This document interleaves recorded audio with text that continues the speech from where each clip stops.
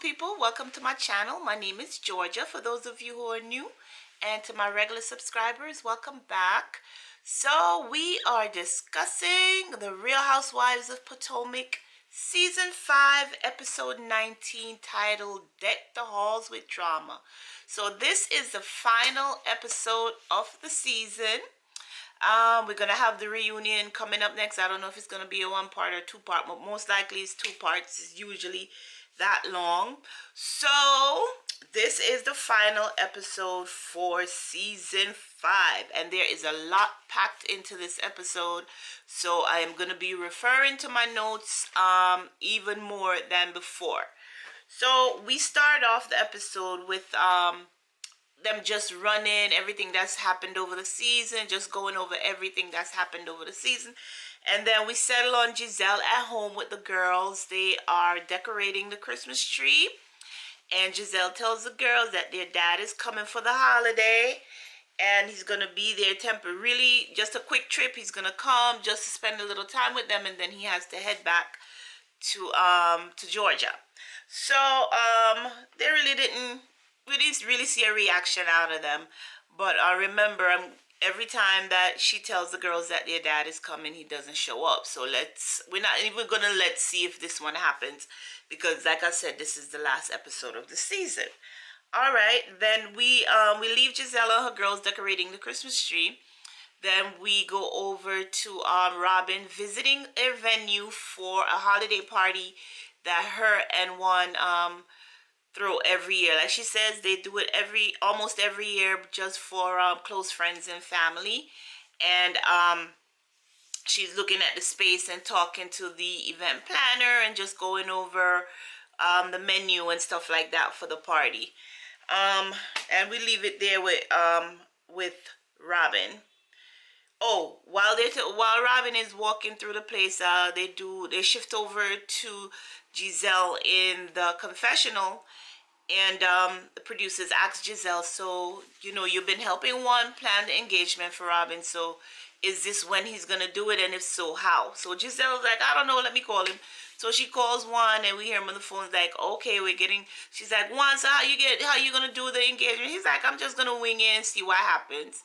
And then she was like, you're not getting cold feet or anything, right? And then the call drops. I think Juan hung up the phone. I don't think the call dropped. I think he just wanted to be off the phone, so it made it seem like the call dropped. That's my opinion.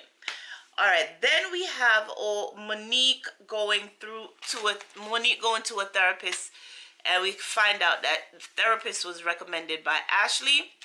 And Monique is working through some stuff. She's come to the realization, or the therapist has helped her come to the realization, that she is not very willing to let people in her life, and she needs to be a little bit more open and a little bit more compromising. So the therapist recommends that Monique writes a letter to Candace, just detailing why she thinks herself and Candace had gotten to that spot where they got into the fight. So we don't know if that happened. It wasn't further discussed, so we don't know if it happened. And Monique didn't say whether or not she would definitely write the letter. So that was it with the therapist. Then we have Ashley doing a photo shoot for baby Dean. Baby Dean is 5 months, and she wants to do a photo shoot. Oh, let me turn up this lighting a little bit. I turned it down. I think that's a little better. That's a little better. I don't want to make it too bright, because then this reflection. So we're doing a photo shoot for baby Dean, and we're doing it with Michael. So they get baby Dean ready in his little look like a little tuxedo suit, his little onesie that looks like a little tuxedo. And she Ashley takes the pictures while he's laying on, the baby mats that they have now, where you lay it on and you put the age of the child, like you circle it, or you just put the number of the child. So she took those pictures just to have. And then Ashley and Michael goes to talking about the wig shift party, which was the last episode, where the ladies all kind of ambushed Karen and she left her party. So Ashley was just giving him details of it, and then they get to talking about one engaging. She tells him that one is getting ready to propose to Robin, and Michael goes, I really don't think that's gonna happen. And Ashley's like, what do you mean? So he's like, there's things I know that I don't think is gonna happen. So she's like, tell me, what is it? And he's like, I can't tell you. I can't tell you. So, and Michael does not tell Ashley what it's. Even at the party, he doesn't tell Ashley what he knows about one, if anything, because we could just be saying stuff. But we left it at that. Now we have Candice and her mom. They went to do their nails together. So Candice's mom takes the opportunity to talk to her about a family, and she let her know that she wants grandkids. And Candice says she's thinking about it. And in the confessional, Candice says that, you know, based on everything that happened with Monique and the aftermath and everything, she realized that she really does not trust Karen. She thought Karen was more of a loyal person to her, but as we all know, Karen is trying to stay neutral in the whole thing, where she is a friend to Monique and also to Candice. She says she's a friend to them. We see her showing that she is a friend to both of them, but Candice feels that she isn't, that, you know, maybe she needs to lean more on Candice's side, but Karen is refusing to do that. So Candice says that she realized through all of this that has happened that her mom has been the one who has been by her side all along, and she really appreciates that, and now she wants to be, you know, the type of mom that her mom is, in that way, where she is not overbearing, but she is there for her child whenever her child needs her. So that was a nice thing to see with Candice and her mom, because as you know, every time they get together, they're kind of butting heads. So it's nice to see that their relationship is a little bit more softer, if you know, for lack of a better word. Then we have Karen and Ray. Karen is going on, her perfume is, she's going to promote her perfume on the HSN network. So Karen is heading to Florida, and she's telling Ray how excited she is that she's going to be promoting her perfume, her La Dame perfume, on the HSN network. And you know, they just talk about a little bit more about the wig shift party, and Karen lets Ray know how disappointed she was in the girls and their behavior and so on and so forth. And then she tells Ray that she's going to send a group text, as far as, you know, to clear up everything, where she told Monique to come early, but and then she told Candice to come early as well, but not at the same time. Like, Monique is supposed to get there, visit, you know, just wish her well and then leave, and then Candice is supposed to come, and they're not supposed to meet. Because as we know, the ladies think that Karen invited both the ladies early so that they could meet and talk, but according to Karen, that's not the reason why. She wanted Monique there super early just to get her in and out, and then she had Candice come later, but Candice was running late, so that's how they almost met at the party. So she's like, all right, I'm gonna go to Florida, go promote my my perfume, and then I'll deal with the ladies later. All right, then we have Robin and Juan at the therapist. And this is the first time, I believe, in all of the seasons that we've gotten to know Robin and Juan as a couple, as far as just knowing them a little bit more. We've gotten bits and pieces of their lives, but in this one sit-down session, we learned a lot more about Robin and Juan. We find out that, I don't know if they talked about it before, but we find out that Robin and Juan were high school sweethearts, that that Juan lost both his parents while he was in high school. So him and Robin got together in high school, and Robin's parents, you know, not really took him in, but just embraced him as part of the family. And then when Juan got his NBA contract, he was on the road a lot, and he said he felt lonely, and because of that, Juan said he got into some situations or entanglements because he needed some companionship, and he was cheating on Robin while he was playing in the NBA. And then they had the boys, and according to Robin, Juan wasn't around when the boys were, to help with the boys. But according to Juan, he said, we had our problems before the boys were born. And then we come to find out that Robin is the one who filed for divorce when they got divorced originally. So now it helps me to understand a little bit more why Juan is so skeptical about, or hesitant, I should say, about proposing to Robin, because she filed for divorce the last time. In his mind, I'm assuming she abandoned him. So, will she do it again? So he's kind of hesitant to put that ring on his finger. But we see that even though they did get divorced, Robin has always been around. She hasn't moved on and dated anyone else. I guess she divorced him to get his attention. But she realized that, hey, this is her soulmate. So therefore, she's willing and ready to try again. And he is also. So it's kind of touchy. It's a kind of touch and go right there. So hopefully that they will work it out, and they will work out as a couple. So they left the therapist, and now we have the day of the party. A lot happened at the party, so bear with me. Like I said, this is the point where I'm going to refer to my notes a lot, because a lot happened at the party. And one thing I could say with this party is that Ashley cannot take Michael anywhere. I'm like, what is wrong with this man? It seems like when he gets on his number 4 or number 5 beer or number 5 beer, Michael is a different person. So all right, we're at the party now.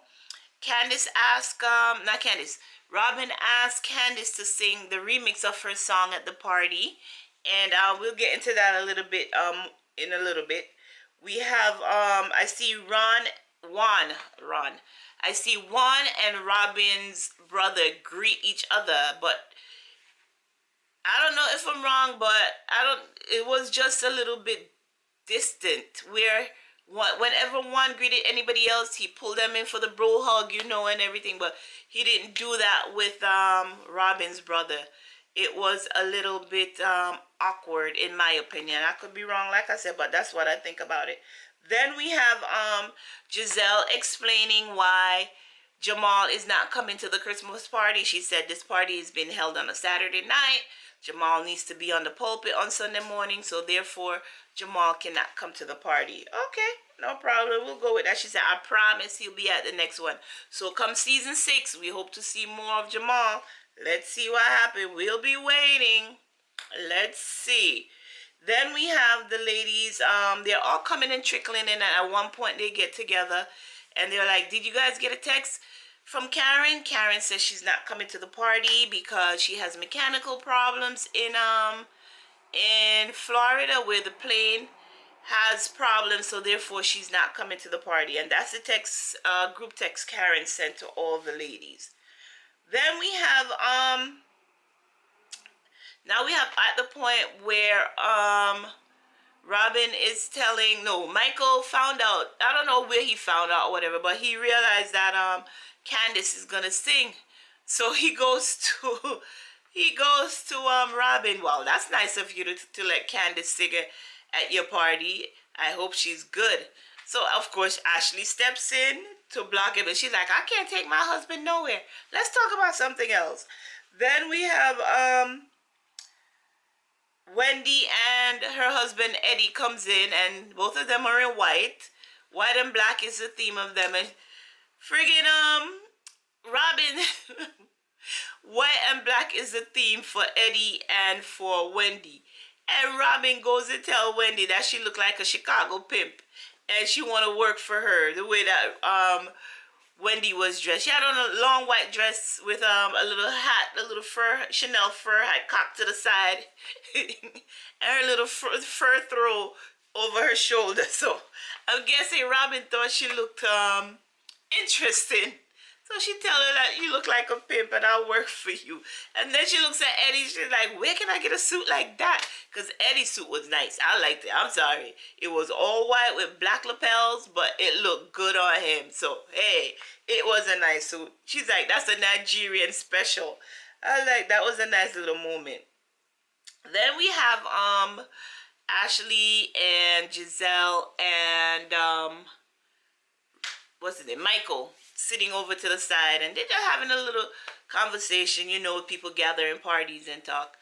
And then Ashley says to Giselle, "Are you sure Juan is gonna propose? Because my husband is saying he knows something that it may not happen." So of course Giselle started freaking out, like, "What do you mean?" And Michael is like, "Well, he may just not propose. I don't think it's gonna happen based on what I know. I don't think he'll propose it." So Giselle and Ashley was like, "Tell us what you know. Tell us." He's like, "I'm not telling. It's not my place to tell Juan's business, and I'm not telling." So they tried it. They tried for a little while to get it out of him, but he would not tell what he knows. And we still don't know what Michael knows. So then we have Cherie show up, which it was nice to see Cherie. She was in episode 1, and now she's in the last episode, episode 19, I believe. Episode 19. So it was good to see Cherie. She goes around the party and just does, meet everybody, greet everybody, whatever. Then we have Candace. It's time for Candace to sing. At first it didn't go well, where her voice was kind of scratchy and whatever, but then the beat kicked in and then Candace took off. That song is the jam. I like Candace's remix, and she sounds good. You gotta give it to Candace. Other people didn't think so. You hear Michael in the back throwing shade. It's like, oh my God, when her voice cracked a little bit, he was like, oh my God. He was at the bar like, "Can I get another beer?" He had no interest in the performance. And at the end of the performance, you hear Ashley say, "My gosh, you could put it, anybody could sing on a disco beat. You could put a yodel on a disco beat and it'll sound good." But that's not was the case. Ashley, the girl sounded good. Candace sounded really nice in her song. I like that song. Then we have, after the song, we have Robin takes the mic, and she just tells everyone, "Thank you for coming. It's an open bar. Enjoy yourself and happy holidays." And this is where one takes the opportunity to get down on one knee and propose. And I must admit, I cried.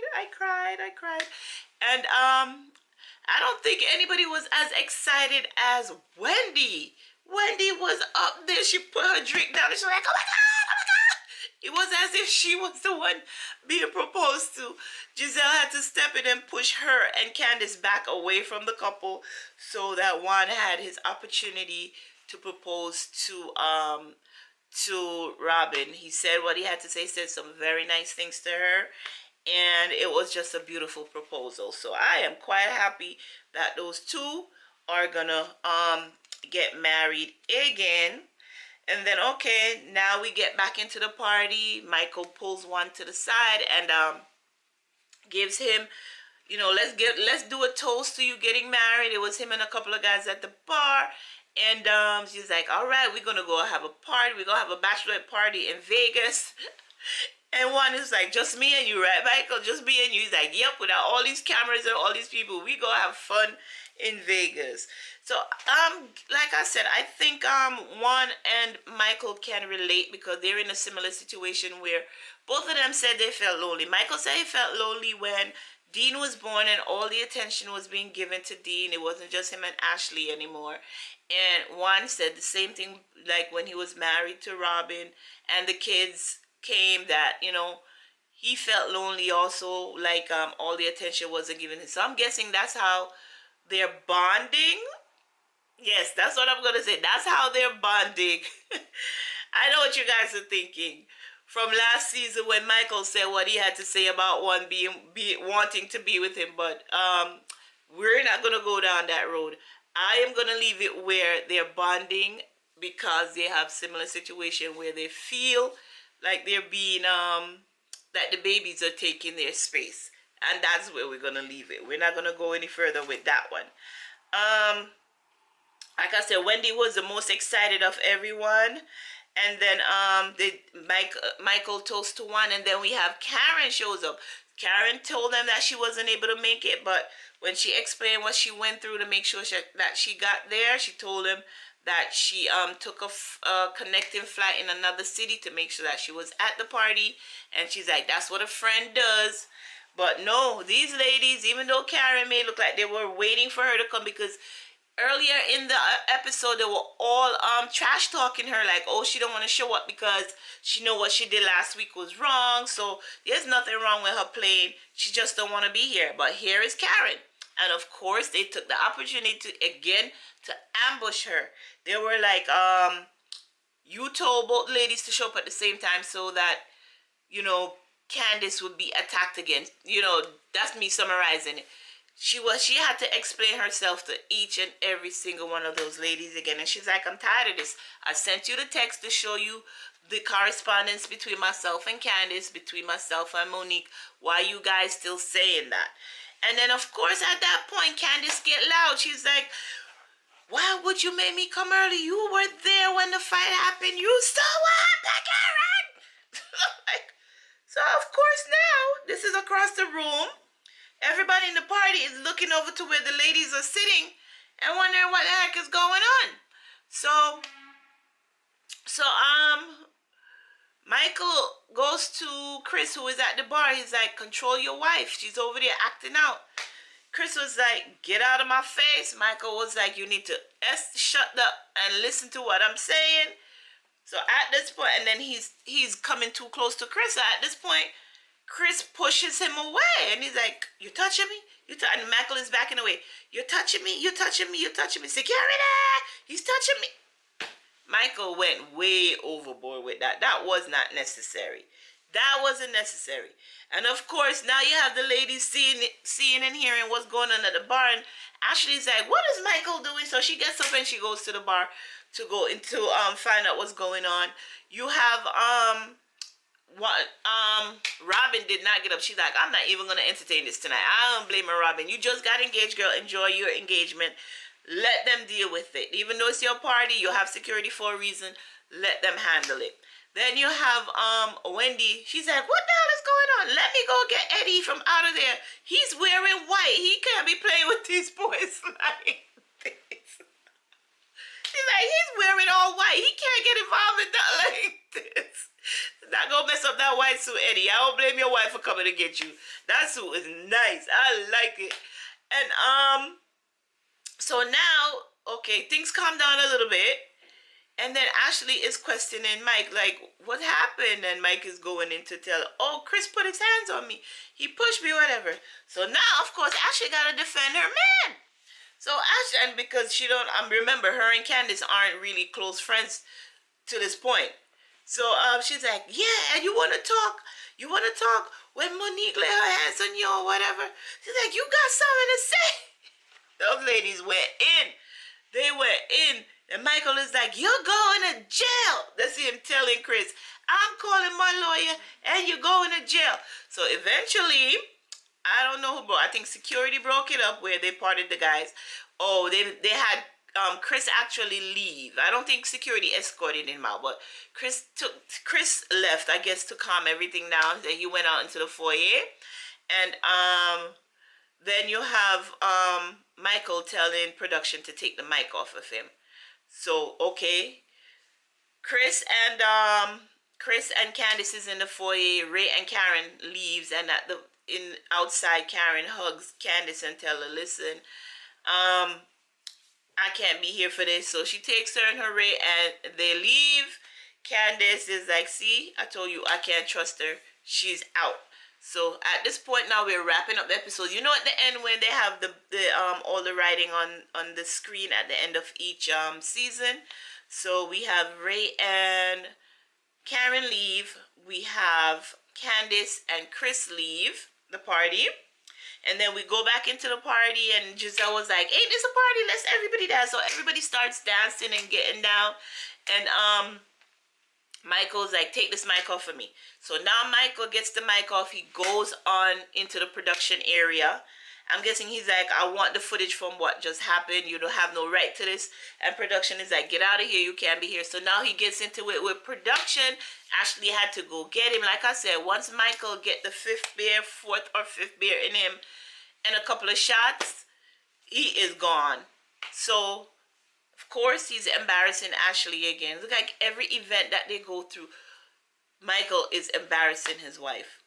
And she's standing there at one point talking to Giselle. She's like, you see what I'm going through, whatever. And Giselle is just looking off into the distance like, I'm not getting involved. Like, Giselle didn't want no. She was just standing there, not really not caring, but she didn't have an opinion over there. So we already know that Giselle is on Candace's side, and it's a fight. It's a little struggle right there. So that's how the episode wrapped up, where Giselle promised us that we're gonna see more of Jamal in the future. Michael is fighting with Candice and Chris. So we already know they don't like each other. And production, as always, this is not the first time Michael is fighting with production. I think every season since he's been here or been on the show, that he and production has gotten into it. We see Karen and Ray still being neutral. We see Juan and Robin engaged, so I'm guessing we're gonna get to see more about them in the future episode, in the future seasons. And who's left? Oh, Monique. At the end, the producers asked Monique, so what happened with the case? And she's like, it was reviewed by the courts and they found out that it was a mutual fight, so the case was dropped. And they asked Monique, she's like, are you sorry for, what happened? She said, okay, I'm sorry for my actions. I'm sorry for the way things happened. I am sorry, but I'm not sorry for defending myself in the time that I needed to defend myself. So that's where we have it. We don't know. I'm looking forward to the reunion, because I know the ladies are gonna get into it at the reunion. And season 6, it seems like it's gonna be good. For Wendy to be on just one season already, and so to be so involved, to actually have opinions and stuff like that, I like that. It feels like she's been a part of the group for longer than one season. And like I said, the reunion is gonna be interesting, and looking forward to what all the ladies have to say about everything. Yeah, that's it. That is it for this review. The Christmas party was lit, as they say. Alright, so that is it. The Real Housewives of Potomac, Season 5, Episode 19, Deck the Halls with Drama. Alright, I will see you on the next... Oh, there's one thing I want to talk about in this one. If you guys watched the episode and you saw the necklace that Karen was wearing, I did not like that necklace. I want you to either drop down in the comments and tell me what is the first thing that came to your mind when you saw that necklace on her. I'm not going to tell you what I think, but I want to hear what you guys have to say about it. But I did not like that necklace that Karen was wearing. Please, Karen, please do not wear that necklace again on the show. Okay? So that is it for the review of The Real Housewives of Potomac, Season 5, Episode 19, titled Deck the Halls with Drama. Thank you for watching. Thumbs up this video. Leave your comments below, and make sure you subscribe to the channel. I will see you on the next episode where we review the reunion. The ladies have a lot to say, so I'm looking forward to reviewing that episode. Again, thanks for watching, and until next time, take care of yourselves and your family. Bye-bye.